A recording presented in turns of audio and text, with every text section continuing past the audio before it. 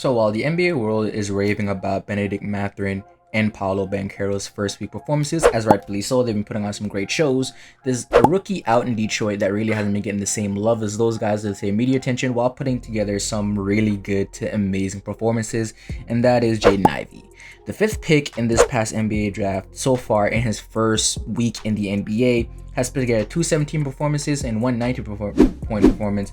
In one of those 17 performances, he had 9 assists, and he's so far been, putting a lot of the worries about his game to bed, especially with playing next to someone like Cade Cunningham. So let's take a look at some of these games and what he's shown to us so far and how good he can be in the future if he's able to polish up a little bit of the problems that we see so far. Now, part of the reason why he's probably not getting the same level of love as some of the other guys is probably because those guys, even though they are probably still losing some games just like the Pistons are, they've put on some absolutely insane performances, while Jaden Ivey has been just extremely solid and very, very good.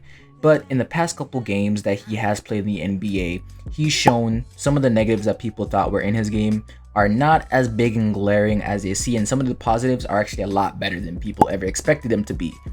One of the main issues people had with drafting him on this Detroit Pistons team was the fact that this team had so little spacing with a guard that's, his bread and butter is getting to the rim and finishing at the rim and getting to the paint to dish out. It'd probably be very hard for him to get in the paint on a team with this little spacing, and they rectified that problem a little bit by trading for Bojan Bogdanovic, but so far, he's shown very little issue in getting in the paint. He's consistently been able to work the pick and roll and slice through the defense, make good passes, and overall just find his way to the rim and just get easy shots up and not let really a lot of the double teams or defenses bother him. He's done a very good job of maneuvering through pick and rolls, cutting off ball, and being able to actually take his man one-on-one and make it all the way to the rim using his speed, especially in the open space and the fast break where people saw that as his bread and butter. He's been able to use his speed and his ability to change directions very fast to get to the rim with very little ease, so I don't really think that's a problem that people need to worry about too much anymore. But another problem people had with drafting him is the fact that his playmaking may not have been to a certain level, which I never understood since Cade probably was going to be the number one ball handler on this team. But so far from what I've seen, he's been able to get in the paint and find open shooters with relative ease. Look what happens when you have a guard that can get to the rim, actual shooters he can pass out to. Surprising that he can actually pass the ball. But he's done a very good job of playmaking now. While he hasn't put together any single amazing stretch of just crazy dimes, he's just done a good job of making the right pass at the right time, finding open shooters, being able to hit the weak corner side, and keep his head up while he dribbles and dump off passes on the pick and roll, which is all you can expect from a shooting guard that's main job is probably supposed to score on this team. Giving you a secondary ball handler and some levels of playmaking that's not just Cade is exactly what you needed from him, not to be some insane, crazy level playmaker. And so far he's giving you more than what you ever expected in just his first couple games, and it's only going to get better as the season goes on and he learns a little bit more. And to stack on top of that, while I don't think this is a trend that's going to continue to go because his jump shot still does look like it needs a little bit of work, he's done a very good job of being able to stay on balance and hit his spot up jump shots. And while he hasn't hit too many moving jump shots, and he's done a good job of being able to pull up in the mid range and hit floaters so far, his jump shot still is a little bit low and a little bit wonky, so I do think he's going to struggle a little bit as the season goes on. I think the sample size we have of his jump shot right now is a little bit, skewed. He's had a good couple of shooting games, but I expect him to have a stretch of probably a couple bad ones to probably bring this percentage down. But so far, he's been able to stay steady, and his jump shot, at least on the spot up shots, looks very, very solid, and it looks like not as big of a problem as people make it seem. And I think throughout halfway through the season, or maybe even next year, he'll definitely be a more than a reliable jump shooter.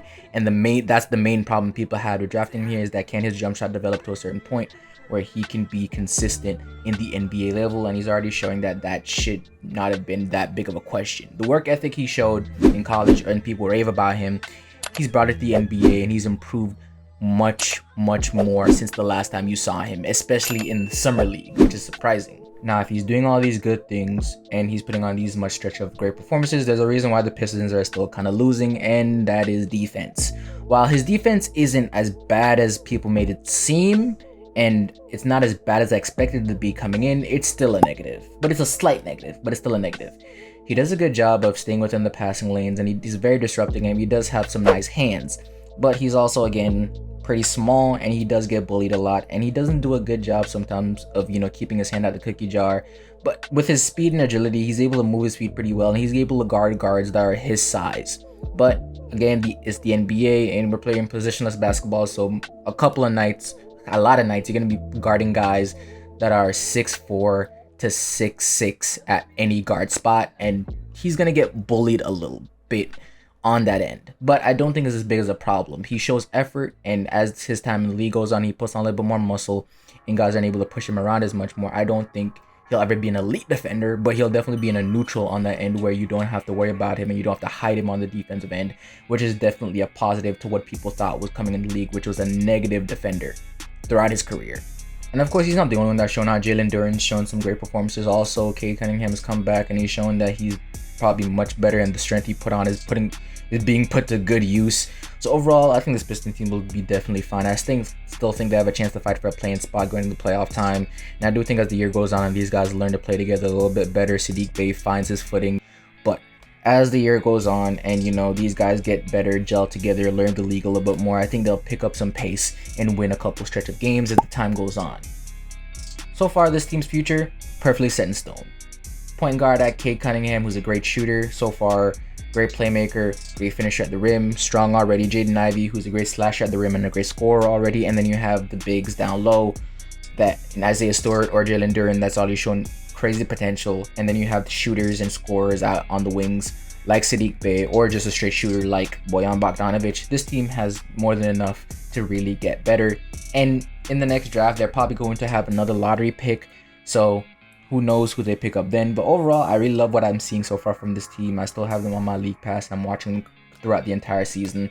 But let me know what you guys think in the comments section down below. Do you think this team can, get anywhere else? How far do you think this team can go? Do you think Jaden Ivey has a chance to win Rookie of the Year? Probably not with the way Paolo's playing. I don't think Benedict probably is going to keep up this level of performance always, but he's probably going to be second. But let me know what you guys think. This is a great class. That being said, this is FLB. That's my time. I'm out.